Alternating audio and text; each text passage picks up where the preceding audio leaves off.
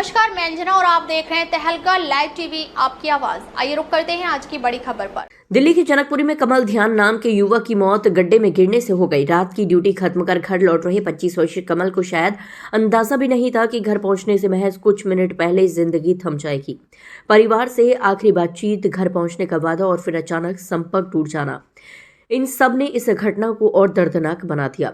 पूरी रात परिवार, दोस्त और पुलिस कमल को तलाशते रहे। फोन लगातार बजता रहा, उम्मीदें बनी रही, लेकिन सुबह आई खबर ने परिवार की दुनिया उजाड़ दी। एफआईआर दर्ज हो गया है, 3 इंजीनियर सस्पेंड किए गए हैं, ठेकेदार पर भी केस दर्ज कर लिया गया है। दिल्ली सरकार के जल मंत्री ने घटनास्थल का निरीक्षण किया है। इस घटना पर विपक्ष दिल्ली सरकार पर हमलावर हो गई है। परिजनों का आरोप है कि अगर प्रशासन और पुलिस समय पर सक्रिय होती तो कमल की जान बच सकती थी। परिवार का कहना है कि उन्होंने 6 अलग अलग थानों में जाकर मदद मांगी, लेकिन उन्हें कोई ठोस सहायता नहीं मिली। सुबह करीब 9:30 बजे एक व्यक्ति ने कमल का फोन उठाकर हादसे की जानकारी दी। बताया गया कि दिल्ली जल बोर्ड के खुले गड्ढे में गिरने से उसकी मौत हो गई। इस घटना ने राजधानी में निर्माण कार्यों की सुरक्षा, प्रशासनिक जिम्मेदारी और जवाबदेही पर गंभीर सवाल खड़े कर दिए हैं। अब इस मामले में कार्रवाई शुरू हो चुकी है, लेकिन परिवार को इंसाफ का इंतजार है। कमल ध्यानी जनकपुरी निवासी थे और रोहिणी में नाइट शिफ्ट में काम करते थे।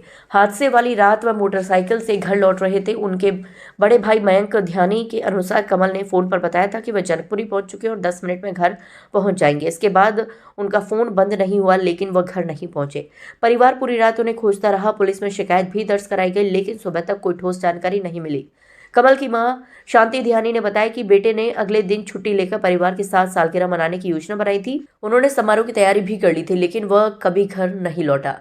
वहीं पिता नरेश चंद ने सीधे तौर पर दिल्ली जल बोर्ड और प्रशासन को जिम्मेदार ठहराया है। पुलिस ने ठेकेदार और संबंधित अधिकारियों के खिलाफ बीएनएस की धाराओं में केस दर्ज कर जांच शुरू कर दी है। कहना क्या, सब प्रशासन गलती है, दिल्ली जल बोर्ड की गलती है।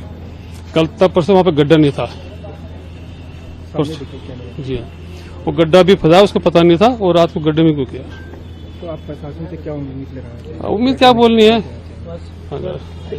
सेकंड थोड़ा काम चल रहा है। ओके।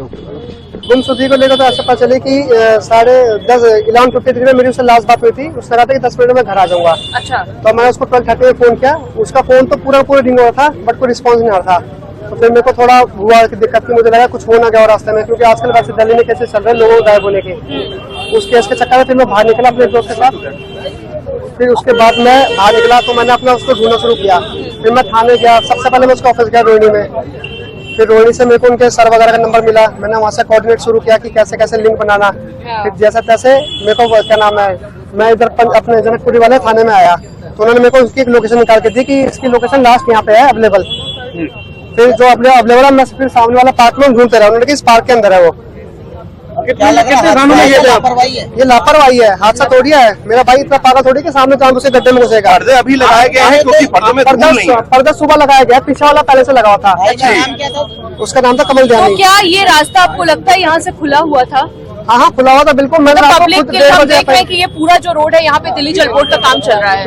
मैंने खुद रात को 1:30 बजे आया के गड्ढे में चेक किया था, तब वो नहीं था यहाँ पे। अच्छा। मैं कल पूरी रात से उसको ढूंढ रहा हूँ। कल रात में गड्ढे में नहीं था? गड्ढे में नहीं था, 1:30 बजे के आसपास की बात है, नहीं था। अच्छा। कितने थानों के चक्कर लगाए? कम से कम 6 थानों के चक्कर लगाए हैं। कहीं से कोई सपोर्ट नहीं मिला, कोई सपोर्ट नहीं मिला। तो पुलिस ने बताया नहीं कि आप पूरी रात गड्ढे में था या कब उसे निकाला गया? उन्होंने सुबह बताया, वो भी उन्होंने खुद कॉल नहीं करी। मैंने अपने भाई के नंबर पर कॉल किया सुबह, तो उन्होंने आई थिंक उसको गड्ढे से उस टाइम तक निकाल चुके थे। तो उसके कॉल में उठाया, उन्होंने बोला कि आप इधर लोकेशन में आ जाओ, ऐसा ऐसा उसका एक्सीडेंट हो गया है। हम रोहिणी गए थे, मंगोलपुरी गए थे, जनकपुरी गए, डाबड़ी गया, पालम गया, सागरपुर गया। कितने लोग हैं घर में? घर में हम 5 लोग हैं। तो क्या 5 लोग कल रात घूमने निकले थे? घूमने नहीं निकले थे, ढूंढने के लिए निकले थे आप लोग? मेरे पापा और मैं निकले थे, बाकी मेरे फ्रेंड्स थे काफी सारे। हाँ। तो फिर आप लोगों को किसी भी गड्ढे में वो नहीं मिला? नहीं मिला। तो फिर आप लोगों को कुछ बताया पुलिस ने कि क्या प्रोसीजर था, कैसे? कुछ नहीं बताया पुलिस ने हमको। अभी आप लोग क्या चाहते हैं? आप अपना नंबर लिखवा दो और अपना क्या नाम है, नाम लिखवा दो कि हम जैसे कुछ कांटेक्ट मिलेगा हम आपको बता देंगे। क्या लग रहा है, पुलिस सहयोग करती तो भाई जिंदा होता? बिल्कुल बिल्कुल, अगर कल पुलिस अगर टाइम से ढूंढ लेती तो पक्का जिंदा होता आज मेरा भाई। आप सब देख सकते हैं यहाँ पर जल बोर्ड के काम के लिए गड्ढा खुदा हुआ है, जिसमें कल रात को श्री कमल ध्यानी जी है, जिनकी एज तकरीबन 25 साल है। उनकी बाइक उस गड्ढे में गिर गई और अनफॉर्चुनेटली उनकी रात को डेथ हो गई है। इनके ये जो भी गड्ढा किसने खोदा हुआ है, इसमें कौन से अधिकारी है या कॉन्ट्रैक्टर कौन है, इस सब की भी हम जांच करेंगे। इनके भाई जो है श्री नरेश ध्यानी जी, ये रात को तकरीबन 2:45 बजे जनकपुरी थाने में आए थे और इन्होंने बताया कि हमारे भाई जो है वो अभी घर तक नहीं पहुंचे हैं। तब जनकपुरी थाने ने उनके मोबाइल की पोजीशन ली थी, जो पोजीशन हमारे डिस्ट्रिक्ट पार्क की आ रही थी। तब थाने से हेड कांस्टेबल रामकेश जो है वो इनके भाई के साथ इनको ढूंढने के लिए बाहर आए थे और इनको सबको, इनके भाई के साथ उनको लगभग 2-2.5 घंटे उन्होंने सर्च किया था। उन्होंने पोशंगीपुर पार्क हो, डिस्ट्रिक्ट पार्क हो, वो सारे एरियाज सर्च किए थे, लेकिन इनके वेयर अबाउट्स हमें नहीं मिले थे। तब बाद में सुबह 8 बजे जब एक महिला ने पीसीआर कॉल की थी कि यहाँ पे ऐसे 15 फीट का गड्ढा खुदा हुआ है जिसमें कि एक आदमी गिरे हुए हैं, वो हिल नहीं रहे हैं। फिर पुलिस की संज्ञान में ये सारी चीजें आई। सर, परिवार के लोग ये कह रहे हैं कि वो लगभग 7-8 थाने घूमे हैं कल और उनको कोई सहयोग नहीं मिला। आप नहीं, हमें अभी तक तो जनकपुरी थाने की इंफॉर्मेशन है, लेकिन परिवार की ये बात है तो इसकी बहुत सीरियसली हम जांच करवाएंगे, सफलता से जांच करवाएंगे। सर, ये भी बाइक भी नहीं निकाली, ये सारी प्रोसीजर अभी चल रही है। एफआईआर दर्ज करने का काम चल रहा है। सर, इसमें ये भी फैक्ट आया सर कि 11:30 बजे इसने अपने फैमिली में लास्ट बार बात की थी कि मैं डिस्ट्रिक्ट सेंटर जनकपुरी पे हूँ, और उसके बाद 12:30 बजे ये फैमिली विकासपुरी पुलिस स्टेशन पे आती है, जहाँ पर कि आप एमएलसी वगैरह चेक कराते हैं, और उसके बाद आपके दूसरे पुलिस स्टेशन जो है वो टावर लोकेशन से 200 मीटर के आसपास तक पहुंच जाती है पुलिस, और वो थोड़ा फैक्ट बता दिए क्या था सर? नहीं, ये प्राइमा फेसी जो इन्फॉर्मेशन आ रही है कि 12:30 बजे परिवार विकासपुरी थाने में भी गया था, वहाँ पे थाने के ऑफिसर्स ने उनको एमएलसीज दिखाई थी कि आज कितने एमएलसीज आई है, एक्सीडेंट कॉल्स कौन सी है वो दिखाई, और ये भी कहा कि अगर फोटो वगैरह मिल जाए उनकी तो ढूंढने में आसानी होगी। लेकिन इस बात की भी हम जांच कर रहे हैं कि वहाँ पे एग्जैक्टली हुआ क्या था। और जब ये 2:45 बजे जनकपुरी में आए तो उसके बारे में बता चुका हूँ, पोजीशन हमने ली थी और उनको।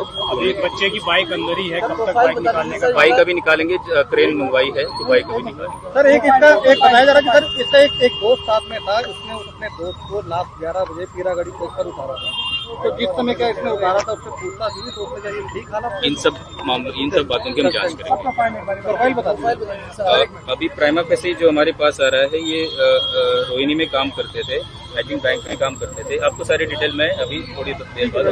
तक लिए बस इतना ही, फिर मिलते हैं एक ऐसे ही बड़ी खबर के साथ। तब तक के लिए नमस्कार और देखते रहिए तहलका लाइव टीवी, आपकी आवाज।